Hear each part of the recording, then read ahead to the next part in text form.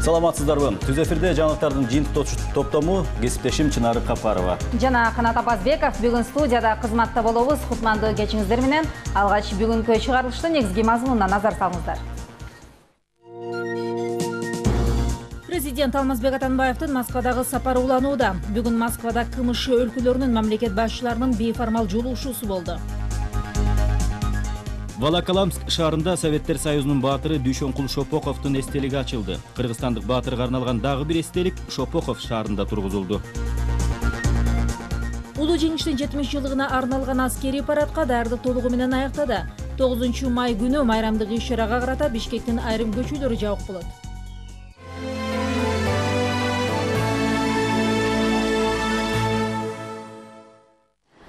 Кыргызстан, Казакстан, Орусия, Белоруссия, Өзбекстан жана Тажикстандын президенттери Москвада бейформал жолугушуу өткөрдү. Жолугушуу улуу жеңиштин 70-жылдыгына арналды. Анда 2015-жылды ардагерлердин ынтымагы жылы деп жарыялоо маселеси талкууга алынды. Белгилей кетсек, тематикалык жылдарды белгилөө КМШ өлкөлөрүндө 2000-жылдан бери бар. Анын алкагында былтыркы жыл туризм жылы катары жарыяланган, быйылкы жыл ардагерлер жылы болсо, келерки жыл билим жылы катары белгиленет. Очень важно, что наш саммит проходит в преддверии 70-летия Победы. Биздин саммит жеңиштин 70-жылдыгынын алкагында өтүп жатканы абдан маанилүү. Мен ойлойм, 9 май КМШ өлкөлөрүнүн тарыхында калчу майрам. Өткөндү унуткан келечекке балта чабат. Өткөндү унутпашыбыз керек. Кыргызстанда да ар бир 4-чү адам согушка катышкан. Ал кезде эч ким жеңишти бөлүп алган эмес. Баары өз өмүрүн тобокелчиликке салган. Ал эми ушул сааттарда Москвада Кыргызстандын Евразия экономикалык биримдигине кирүү боюнча жыйын өткөрүлүп жатат. Жыйында Казакстандын президенти Нурсултан Назарбаев Кыргызстандын Евразия экономикалык биримдигине кирүүсү боюнча чечимди кабыл алабыз, талаш жараткан бардык маселелер чечилет деп билдирди. Өз кезегинде президент Алмазбек Атамбаев Кыргызстандын Евразия экономикалык биримдигине кирүүсү боюнча документке кол коюуларына ишенимин билдирди.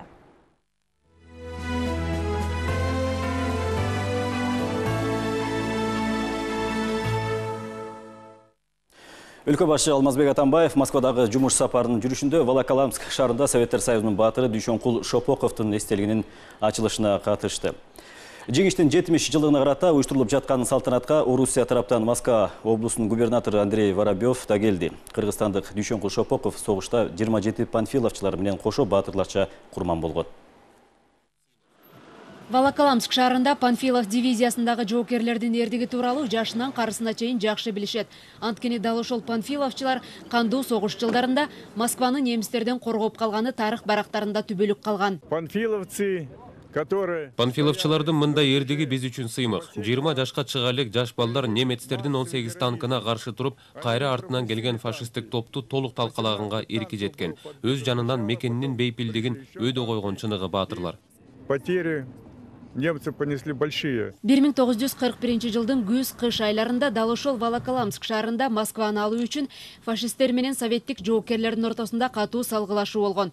Германиянын планы кыш түшкөнчө Советтер Союзун толук багындыруу эле. Ал үчүн биринчи кезекте Москваны басып алууну көздөгөн. Я горжусь тем, что Ушундай күнгө жеткенге мен абдан кубанып жатам. Кандай гана оор күндөрдү басып өттүк. Бул биздин баардык мурдагы СССР элинин эрдиги. Москваны коргоодо кыргыз баатырларынын көрсөткөн эрдиги тарых барактарында түбөлүк калат. Жеңиштин 70-жылдыгына карата Волоколамск шаарында баатыр Дүйшөнкул Шопоковдун эрдигин эске алып, анын айкели орнотулду. Салтанаттуу иш-чарага президент Алмазбек Атамбаев да катышты.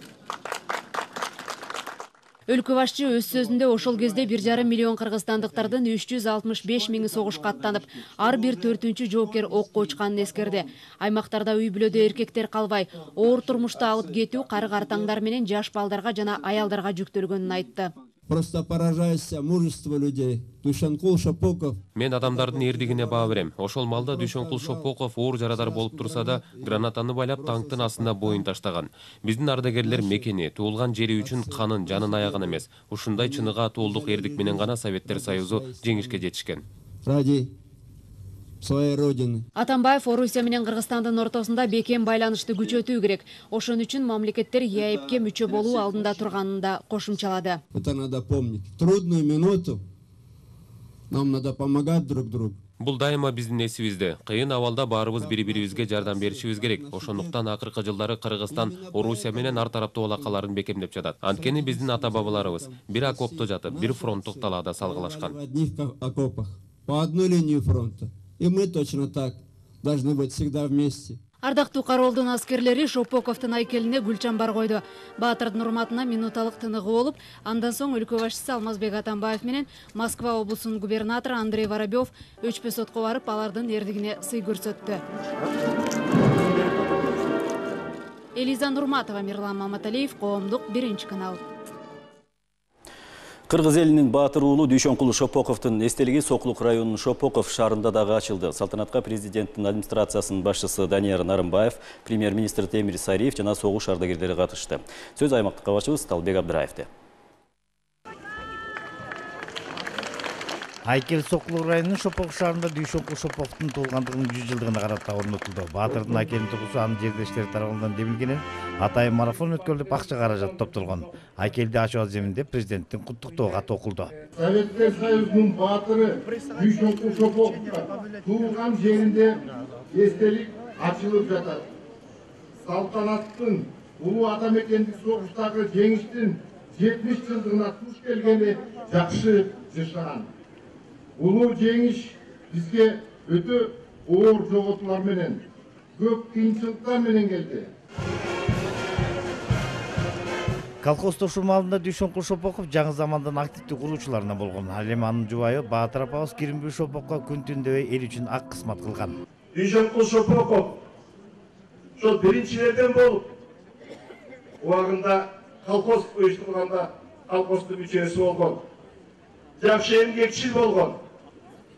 Согушка кетип, Москваны коргоп, ошол жерде 28 Панфиловдун ичинде танк алдында граната жардырып, Москваны коргоп калган. Айкелдин ачылышына келген согуш ардагерлери бул иштин демилгечилерине ыраазы болуп, андай аламаттын кайталанбашын тилек кылды. Согуштун катаал күндөрүнүн каңырыгы түтөп эскерди. Аларга жеңиштин 70 жылдыгына карата чыгарылган медальдар тапшырылды. 1942 ноябрь айында өктөбүрдүн аягында Батайский деген Украинанын Батайский шаарынын чыгыш жагынан наступление кирдик. Бир батальон мурун 1000 киши болчубуз. Мен биринчи батальондо болчумун. 2 күндөн кийин сараса бир батальондо кишиден 200 киши калыппыз. Улуу ата мекендик согушка Сокулук жергесинен 6,5 миң адам аттанып, алардын 2,5 миң гана жергесине түзүү кайткан. Ал эми эл жер үчүн курбан болгондорго момундай эстеликтер курулуп, ар дайым эскерилип турат. Алардын бири бүгүнкү Советтер Союзунун баатыры Дүйшөнкул Шопоковго арналган эстеликти айтсак болот. Талбек Абдыраев, Элдияр Асанбаев, Коомдук 1-канал, Сокулук району. Бүгүн Талас облусундагы Карабура районунун Карабура айылында Баатырлар аллеясы мемориалдык комплексинин ачылыш аземи болду. Буга карата мамлекет башчы куттуктоо жолдоду. Президент майрам алдында тарыхый комплексинин ачылып жатканы жакшы саамалык экенин белгилеп, улуу ата мекендик согуштагы аталарыбыздын, чоң аталарыбыздын эрдигине таазим кылып, урмат көрсөтүү адамдык ыйык парзыбыз деп айткан куттуктоодо. Президент Алмазбек Атамбаев кол койгон буйрукка ылайык улуу ата мекендик согуштун ардагери Найман Райымхановго 100 жаш кутман куракка чыккандыгына байланыштуу материалдык жардам көрсөтүлдү. Ардагерге президенттик социалдык коргоо жана колдоо фондунан 100 миң сом берилди. Акча улуу ата мекендик согуштун ардагери Найман Райымхановго бүгүн тапшырылды. Улуу ата мекендик согуш учурунда қан майданда жүргөн жоокерлер менен элетте калган элди жалгыз гана почта кызматы байланыштырып турган. Ал учурда кат кабар азыркыдай учак менен ташылбаса да өз дарегине кечикпей жеткирилген. Согуш кезиндеги почта байланышы тууралуу кабарчыбыз Өмүрбек Тилебаев айтып берет. Согуш учурунда кат жана телеграммалардын баары поезд менен ташылып келген. Фрунзеге келгенден кийин даректерине жараша иргелип, жерлерге унаа жана ат араба менен жеткирилген. Почта кызматы күнү-түнү үзгүлтүксүз иштеген. Приходили, спрашивали, есть письма? Согуш маалында азыркыдай конверт да болгон эмес. Жоокерлер согуштан 3 чарчы болуп бүктөлгөн кагаздарга кат жазышчу. Фронттон жазылган каттар аябай көп келгендиктен, почтада иштеген башка кызматкерлер да каттарды бөлүштүргөнгө жардам берчүбүз. Кан майдандан кат келсе элет жактан жоокерлер үчүн жылуу кийимдер, азык түлүк почта аркылуу жеткирилген. Согуштагы жоокерлер да, алардын алыстагы туугандары да почтачынын караанын зарыга күткөн. Согуштан келген кат менен телеграмма эч токтоосуз өз дарегине жеткирилип турган. Каттар келет эле. Баарыбыз ошону чогулалуу ата-энелерге, агаларыбызга окуп берет элек, туугандарыбызга окуп берет элек. Анан бир почтальонубуз бар эле багыш. Армиядан ошо буту жарадар болуп, ошо бутунан ажырап келген ошо киши почтальон болуп. Тим эле айылдагылардын баарын тең ошолап келип, күн түн дебей жеткирчиди ошо киши. Тилекке каршы кандуу согуш учурунда фронтко жөнөтүлгөн кат менен телеграммалардын так саны катталбай калган. Поштаны ошончолук көп саны болгондуктан поштанын эч ким санын учетун ал убакта жүргүзгөн эмес, бирок ошончолук элдердин баягы таза иштегендиктен бүт эч пошта жоголгон эмес. Поштаны бир айылдан бир райондан экинчи районго жеткиргенде бул курал менен жүрүшкөн поштачылар. Поштачылар согуштун бардык кубаныч кайгысын эл менен кошо көргөн. Жеңиштин келгенин да биринчилерден болуп элге сүйүнчүлөшкөн.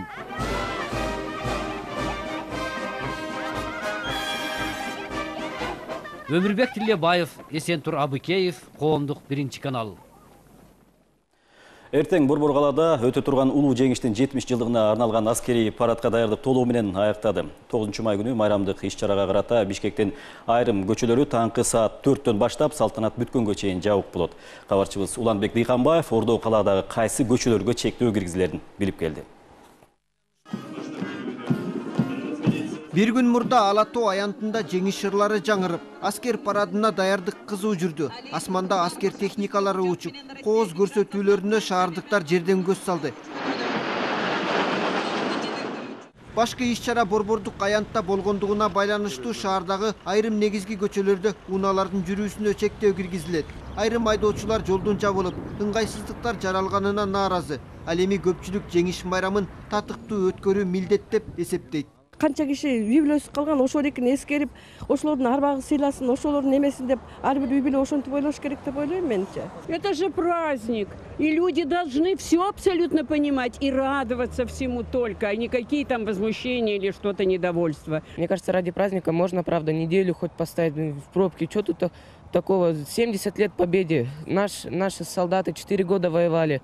Ооба, бул жолдун жабуулары туура деп эле ойлойм. Анткени 5 жылдан бери биздин аталарыбыз ошончо кыйналып, кан кечип жүрсө, анан кийин ушул майрам болуп, ошолордун урматына болуп атса, анан биз деген жолдон өтөт элек деп туруп алган туура эмес да. 9 май күнү Бишкекте төмөнкү көчөлөр жабык болот. Чүй проспектиси Сүйүнбаев көчөсүнөн Тоголок Молдо көчөсүнө чейин жабылат. Киев көчөсү болсо Абдрахманов көчөсүнөн тарта Тоголок Молдо көчөсүнө чейин тосулат. Ал эми Токтогул көчөсү Абдрахманов көчөсүнөн Тоголок Молдо көчөсүнө дейре жабык болот. Фрунзе көчөсү Тоголок Молдо көчөсүнөн Гоголь көчөсүнө чейин тосулат. Ибраимов көчөсү Жумабек көчөсүнөн баштап Чүй проспектисине чейин жабылат. Эски аянт жайгашкан Абдумомунов көчөсүнө болсо Панфилов көчөсүнөн тарта Эркиндик бульварына чейин жабык болуп, унаа кире албайт. Ошондой эле ипподромдо өтчү улуттук ат оюндарына байланыштуу саат таңкы 7-ден баштап Терметчиков көчөсү, Лев Толстой көчөсүнөн баштап Гагарин көчөсүнө чейин унаага чектөө киргизилет. Эртең аскердик парад саат 10-до башталат. Аянттын түштүк тарабы Киев көчөсүнөн Чүй проспектисине чейин шаардыктар үчүн ачык болот. Кирүү акысыз. Уланбек Дыйканбаев, Медер Жанбейишев, Коомдук биринчи канал. Көрүүчүлөрдүн эсине бүгүн Коомдук каналда согуш ардагерлерине арналган атайын чыгарылыш болот. Аны саат 22:15-те көрө аласыздар. Ошентип жеңиштин 70 жылдыгы өлкө аймактарында ар кандай саамалыктар менен белгиленип жатат. Жалал Абад облусунун бир катар айылдарында жеңиш эстеликтери дагы тургузулган. Мына ушул жеңиш темасын Ош студиясы улантат. Саламатсыз Бактылек? Рахмат, Чунар, саламатсыздарбы? Без сөз кыла турган Лейлек районунун тургуну ардагер Каримкул Кабылов быйыл 93 жашта. Согушта жарадар болуп, бир бутунан айрылып келген ардагер майыпмын деп отуруп албай согуштан кайткандан кийин мал эсепчиси болуп эмгектенген. Согуш ардагеринин жашоосунан аймактык кабарчыбыз кабар алды. Каримкул Кабылов 18 жашында согушка аттанган. Бир ай даярдыктан өткөндөн кийин фронтко кирип, Ростов шаарын бошотууга катышкан. 4 күн 5 күндө көрүтүп Ростовду бошоттук да.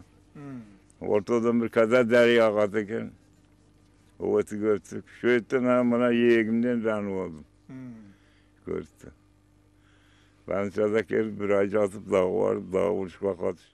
Карим Кулата бутунан жараат алган күндү унутпайт. Жеңишке 14 күн калганда ооруканада жарааттан улам бутун кесүүгө туура келет. Ардагер ошол күндөн бери бир бут менен жашап келет. Аразыма ок келип тийгенде жарылганда бир күн ташлады.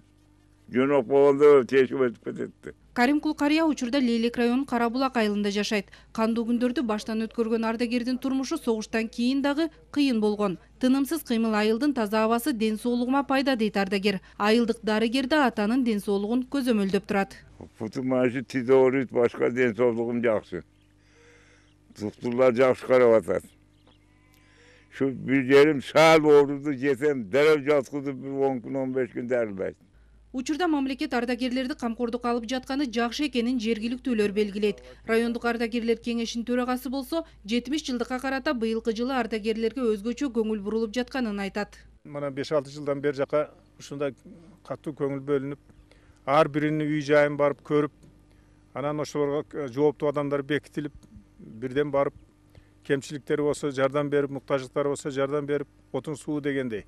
Лейлек районунан Улуу Ата мекендик согушка 7000ге чукул жоокер аттанып, анын 4000ден ашууну кайткан жок. Мекенине кайтып келгендер эл чарбачылыгында эмгектенди. Тилекке каршы көпчүлүгү өтүп кетти. Учурда Лейлек районунда 21 гана ардагер бар.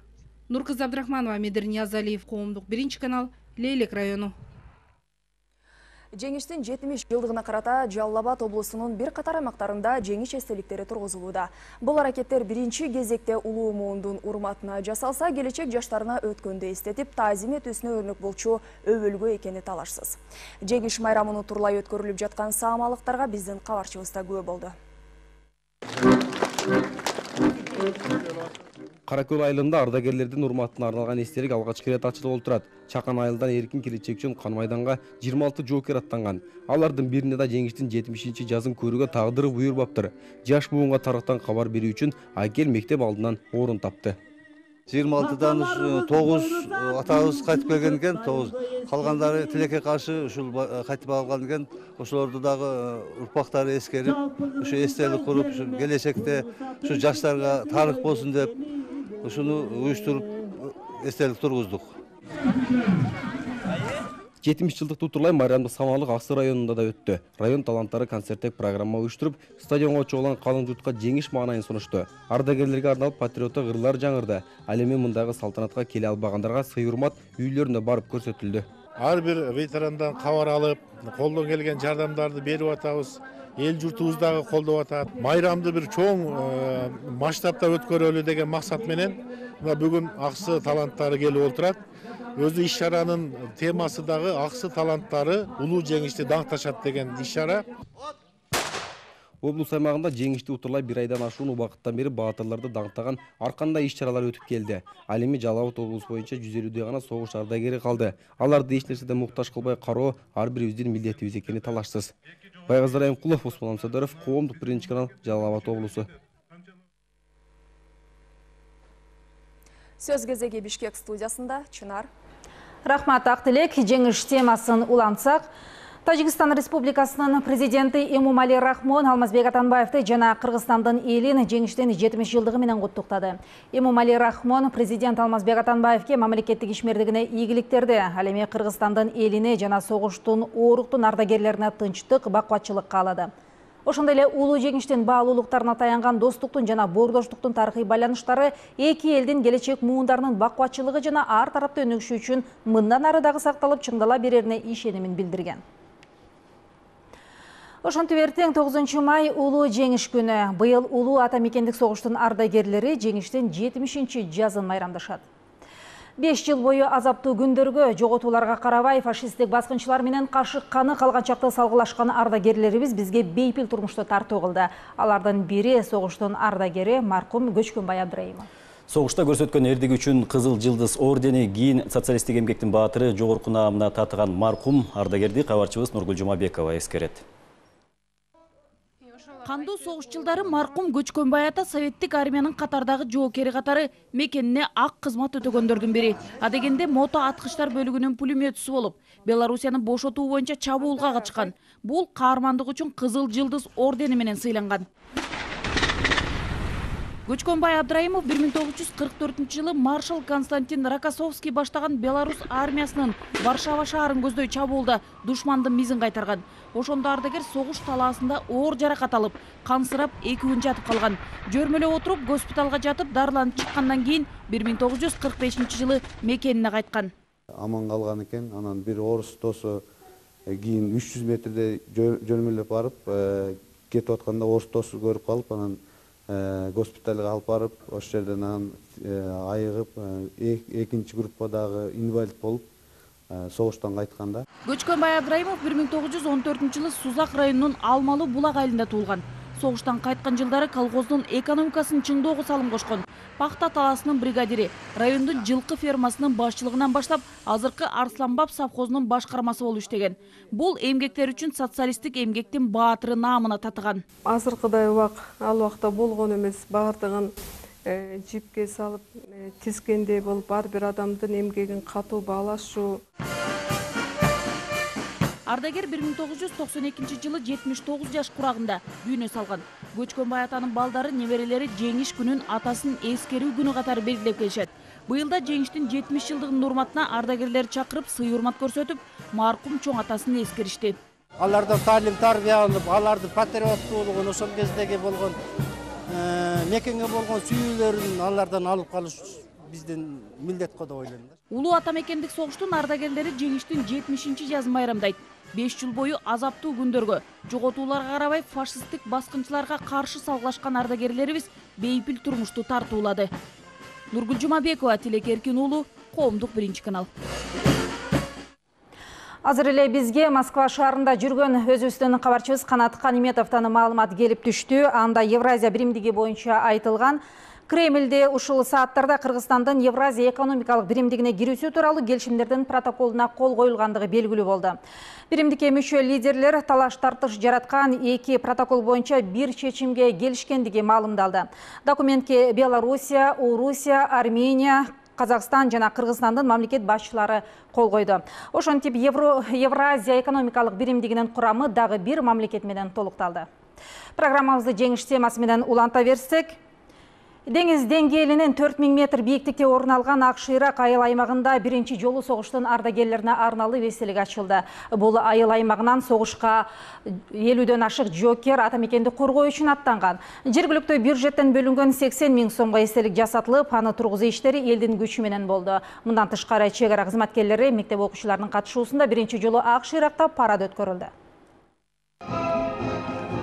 Жетөгүз районунун борборунан 200 чакырым алыс жайгашкан Сырт өрөөнүндөгү Акшыйрак айыл аймагында бүгүн өзгөчө күн.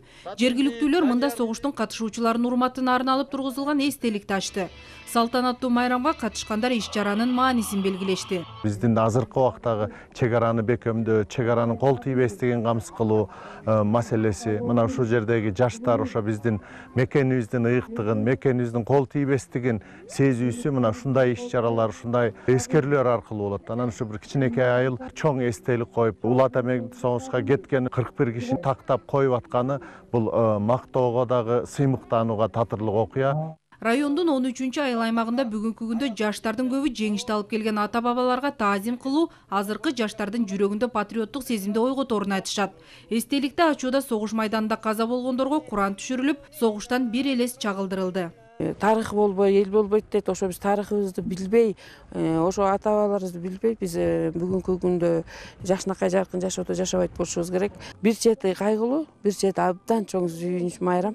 Акшыйрак аймагы чек ара тилкесине жакын жайгашкандыктан мектеп окуучуларынын аскердик даярдыгы бар. Алар бүгүн өз өнөрлөрүн эл алдында көрсөтүп, душман алдында бекем турууга даяр экенин далилдеди. Салтанаттуу иш-чаранын жүрүшүндө анын катышуучулары эч качан согуш болбой, дүйнө эли биримдикте жашасын деп тилек кылды. Нуркыз Абдрахманова, Эдил Мелисбек, Коомдук 1 канал, Ысык Көл облусу. Кызыл аскердеги Асаналы Толубаев атындагы номер 49 мектептин окуучулары үчүн бүгүн өзгөчө күн болду. Жеңиштин 70 жылдыгын утурлай окуу жайда Кызыл аскердин тарыхы жана аскердик даңк аталышындагы музей ачылды. Иш-чаранын жүрүшүндө улуу ата мекендик согуштун курмандыктарына арналып оңдоп түзөөдөн өткөн эстеликтин да ачылышы болду. Мүрзөнүн айланасы көп жылдар бою кароосуз калган. Адистердин айтымында бул жерге согуш убагында жарадар болуп, ооруканада каза тапкан христиандар менен мусулмандар көмүлгөн. Башкача айтканда, бейитте кыргызстандыктар гана эмес, союздук республикалардын солдаттарынын сөөгү жатат. Тактайчага 58 адамдын ысымы жазылган. Маалыматтарга караганда, алардын саны мындан да көп болушу ыктымал. Бул жер ушу көп жылдан бери каралбай калыптыр. Анан Первомай администрациясы менен бирдикте ушул жерди биз реконструкция кылдык, тегерек четин тосуп, дагы бүткөн жок толук. Бул жерде дагы брусчаткалар коюлат, скамейкалар коюлат. Анан бул жерде кайтаранга дагы ушу биз каражаттарды карап атабыз. Саамалыкка согуштун ардагерлери жана оорукта эмгектенгендер катышып, мектеп окуучулары тарабынан даярдалган концерттик программа тартууланды. Алардын ар биринин жүзүндө майрамдык маанай сезилип турду. Иш-чаранын алкагында аймакка караштуу Асаналы Толубаев атындагы номер 49 мектепте музей ачылды. Музейге ардагерлердин эрдиги, азыркы муундардын жетишкендиги, деги эле Кызыл аскердин өрнөктүү иштери тууралуу материалдар коюлган. Бул музей ушул балдарыбызды биздин улуу муундардын эрдиги, улуу муундардын мекенге болгон сүйүүсү биздин балдар үчүн үлгү болот. Биз ушул балдарды ошолордун өрнөгүндө тарбиялагыбыз келет. Биз ойлойбуз, биздин музей ушул тарбиянын борбору болуп калат. Демирге мектеп жамааты тарабынан райондук администрациянын колдоосу менен улуу жеңиштин 70 жылдыгына арналып ишке ашты. Альбина Сулайманова, Медер Жанбейшев, Коомдук 1 канал.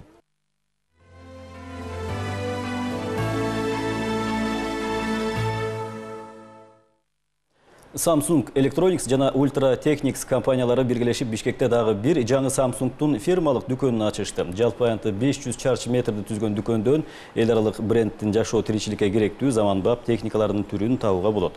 Дүкөндө муздаткычтын 40га жакын модели, сыналгынын, кир жуугучтун 30дан ашык үлгүсү жана компьютерлик техникалардын, смартфондордун кеңири түрлөрү сатылат. Ошондой эле дүкөндөн башка соода борборлордо жок премиум классындагы продукцияларды кезиктирүүгө мүмкүн. Белгилей кетсек, Samsung Electronics компаниясы үчүн кардарларга ыңгайлуу шартта тейлөө көрсөтүү маанилүү болгондуктан имараттын 2-чи кабатына смарт кафе ачылды. Чай үстүндө туура тандоо жасаңыз. Компания Samsung предусмотрена. Samsung 25 майга чейин акция өткөрүп жатат. Анын алкагында дүкөндөн товар сатып алган кардар лотерея билетине болот. Оюндун баш байгеси 3000 АКШ доллары. Ал суммага Samsung'тун техникаларын сатып алууга болот. То есть приобретение товаров.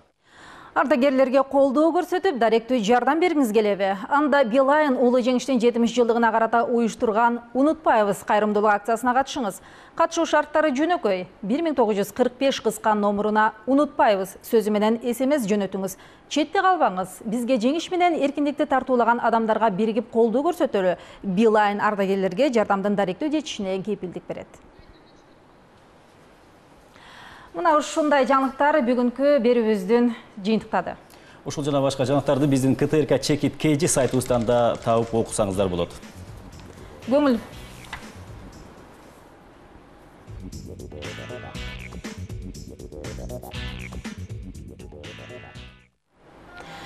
бурганыңыздар үчүн чоң рахмат. Саламаттаңыздар.